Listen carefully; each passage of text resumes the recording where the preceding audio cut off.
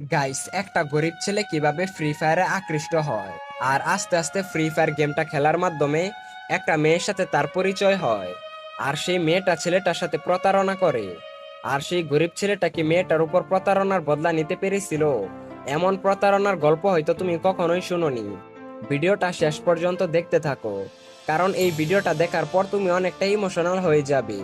তো চলো আর বেশি পেঁচাল না পেরে আজকের গল্পটি শুরু করি। ঢাকার এক জায়গায় চারদিকে লোহার কাটায় ঘেরা এক বস্তি। এখানেই জন্ম নিয়েছিল রায়হান।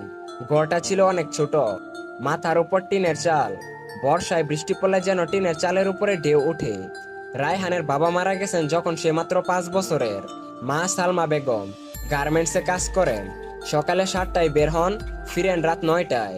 মুখে সবসময় হাসি, কিন্তু চোখের মধ্যে চেপে রাখা ক্লান্তির ছাপ, যা রায়হানকে কখনোই বুঝতে দেয় না। রায়হানের স্কুলে যাওয়া বন্ধ হয়েছে 2 বছর হলো। বই কিনতে পারে না, ইউনিফর্মও ছিঁড়ে গেছে।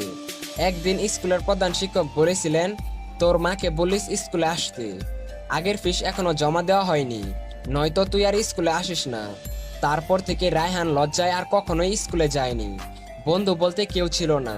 পাড়ার অন্য বাচ্চারা ব্যস্ত ক্রিকেট, ফুটবল কিংবা বাজি খেলা নিয়ে মারামারি করতে, কিন্তু রায়হান এইসবের মধ্যে ছিল না। সে বাসার এক কোনায় সবসময় চুপচাপ করে বসে থাকতো। তবে তার একটা পুরনো ভাঙা মোবাইল ছিল, যেটা তার মা একটা ঈদে অনেক কষ্ট করে কিনে দিয়েছিল।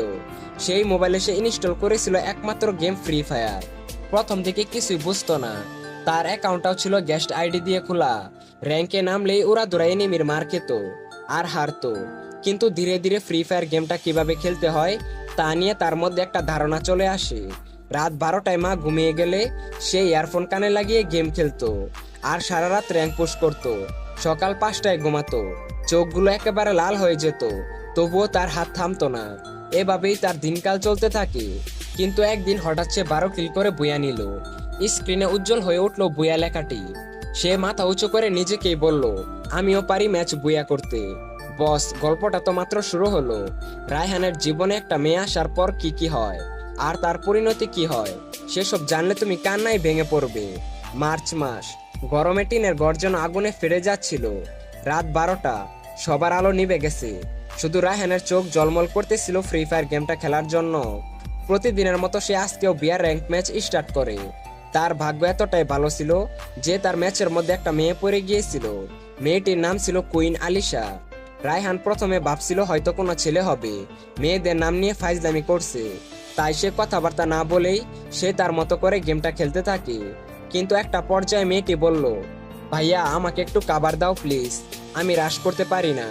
মেয়েটির গলার সুর এতটাই নরম আর সুন্দর ছিল যেন মনে হচ্ছিল কেউ গান গাইছে। তখন রায়হান বলে, আমি আসি তো। রায়হান মাথা নিচু করে মুচকি হাসলো। ম্যাচের মধ্যে তারা একসাথে গেম খেললো আর এনিমিদের সবাইকে মেরে একটা পর্যায়ে তারা বুয়া পেল। ম্যাচ শেষে আলিশা বলল, ভাইয়া তুমি অনেক ভালো এবং প্রো লেভেলের গেম প্লে করো, তোমাকে অ্যাড পাঠাচ্ছি, আমাকে বন্ধু বানিও, আমরা আবার খেলবো। সেই রাত্রে রায়হানের চোখে আর ঘুম এলো না। সে বারবার সেই মেয়েটির কথায় ফিরে যাচ্ছিল, আমরা আবার গেম খেলবো। তার জীবনে কেউ কখনো এত আন্তরিকভাবে ফিরে আসতে চায়নি। রাত 12টা মানে বুঝতেই পারছো, রায়হান সেই অদ্ভুত দুনিয়াতে ফিরে যাবে, মানে ফ্রি ফায়ারে। আলিশার সঙ্গে গেমে আবারও দেখা। এভাবে শুরু হলো রায়হান আর আলিশার মধ্যে বন্ধুত্ব। প্রতিদিন তারা একসাথে গেম খেলতো। রাতের নিস্তব্ধতায় ইয়ারফোন কানে লাগিয়ে রায়হান বলল, আলিশা তুমি আমার সাথে থাকলে মনে হয় আমি একা না। এই কথা শুনে আলিশা মুচকি হাসে। একদিন আলিশা বলল, রায়হান আমরা তো অনেক দিন ধরেই গেম খেলি, আমি তোমাকে দেখতে চাই, তাও রিয়েল লাইফে। এই কথা শুনে রায়হানের বুক কাঁপতে লাগলো আর চোখের মধ্যে জল চলে আসলো। রায়হান নরম গলায় বলল, আমি তো বস্তিতে থাকি, আমার জীবন এতটাও সুন্দর না।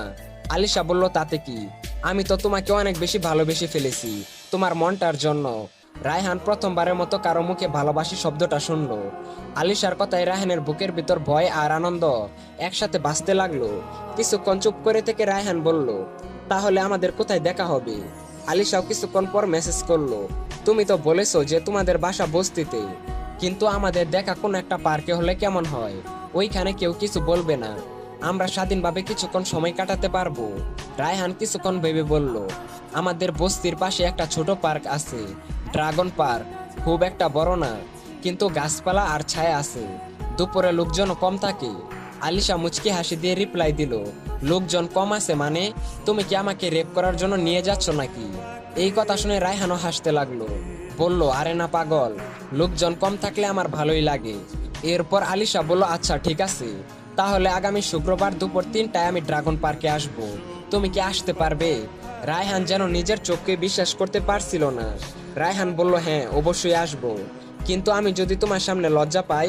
আলিশা লিখলো, লজ্জা পেতে নেই রায়হান, তুমি যেমন আছো তেমনই আসবে, আমি তো তোমার মনকে ভালোবেসে ফেলেছি, তোমার চেহারাকে না।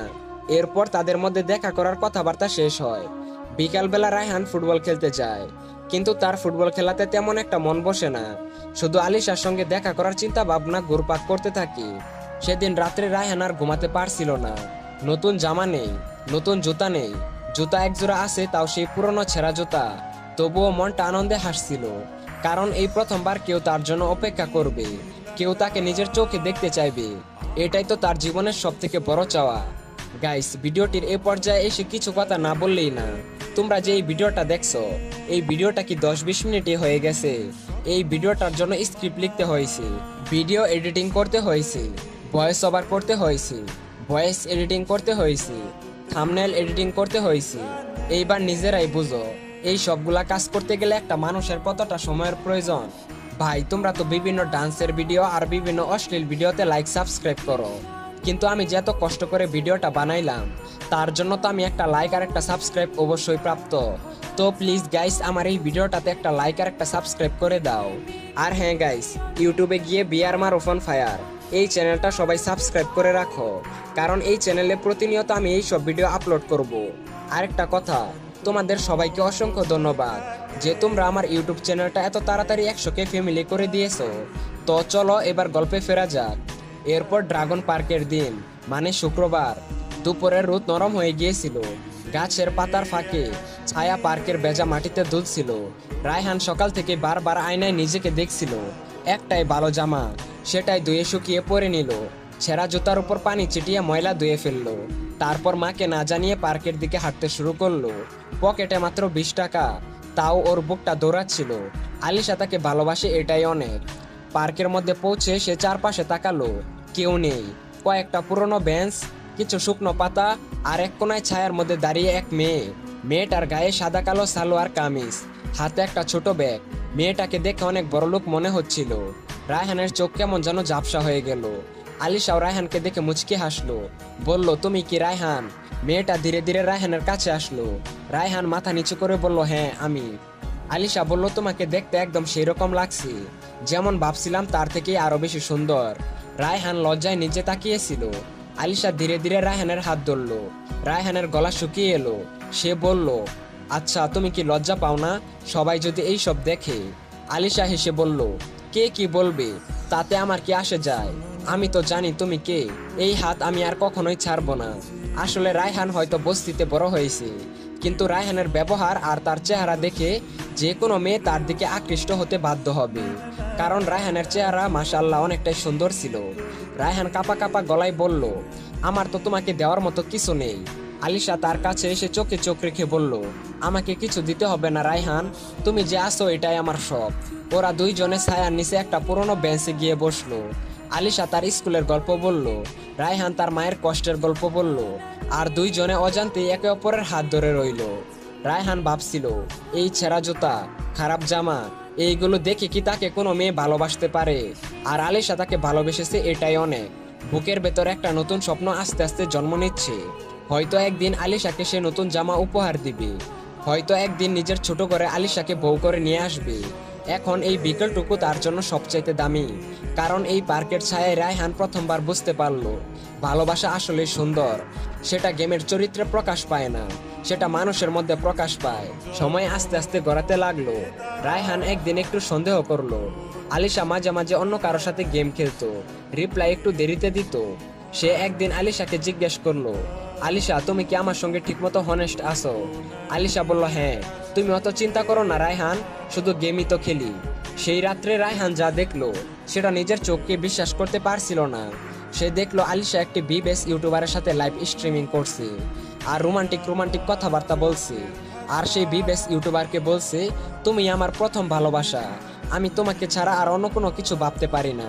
রায়হানের মাথা ঠান্ডা হয়ে গেল, যার জন্য সে নিজের শেষ টাকা দিয়ে একটা নতুন মোবাইল কিনেছিল।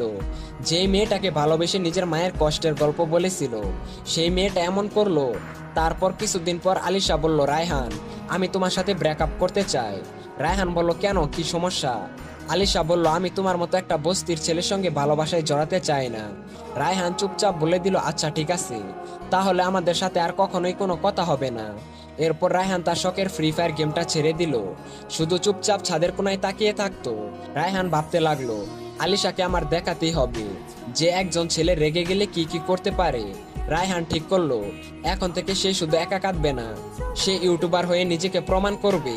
গাইস, রায়হান তাহলে কি করতে যাচ্ছে? আর আলিশা কি রায়হানের জীবনে আবার ফিরে আসবে? সামনে কি হতে যাচ্ছে? এই সমস্ত কিছু জানতে হলে চ্যানেলটা লাইক এবং সাবস্ক্রাইব করে পার্ট 2 লিখে কমেন্ট করো। আর এই ভিডিওটা তোমাদের কেমন লাগলো তা অবশ্যই কমেন্ট করে জানিও। দেখা হচ্ছে অন্য কোনো ভিডিওতে। টেক কেয়ার, বাই বাই, আল্লাহ হাফেজ।